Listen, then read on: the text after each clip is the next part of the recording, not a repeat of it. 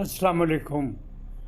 Iran के सदर की जानिब से इंटरनेशनल एटॉमिक एनर्जी कमीशन से अलहदगी अख्तियार करने का फ़ैसला किया है या वो अपने तल्लुकात बहुत ज़्यादा महदूद कर लेगा। आलमी सियासत पर इस पर एक नई बहस छिड़ गई है। क्या वाकई ईरान एटॉमिक एनर्जी से अलग हो रहा है? इस फैसले से अमेरिका, यूरोप और इसराइल के साथ कशीदगी और बढ़ जाएगी और जंग के अमकानात भी और बढ़ने का ख़तरा है।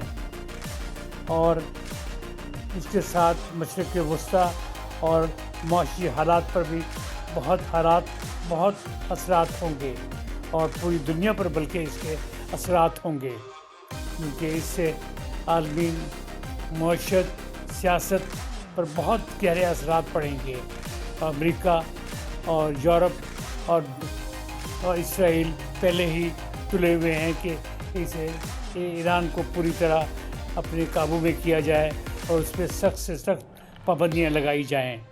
क्या ये ईरानी सदर का जो ये मैसेज है, क्या ये सूदमंद साबित होगा या कोई एक जो नई गुफ्तगू हो रही है अभी पिछले दिनों कतर में हुई है, अमान में हुई है और दीगर मुल्कों में हो रही है आपस में ईरान और अमेरिका की, क्या कोई ये रंग लेके आएगी? इससे बल्कि और तरक्की बढ़ने के अमकानात पैदा हो गए हैं।